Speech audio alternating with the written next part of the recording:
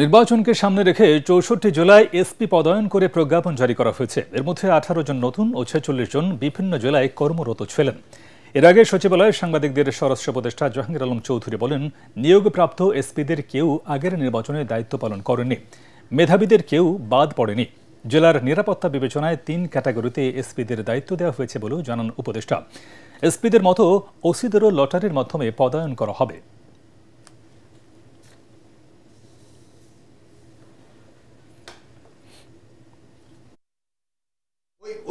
যেইভাবে লটারি করার ওইভাবেই লটারি করেছি।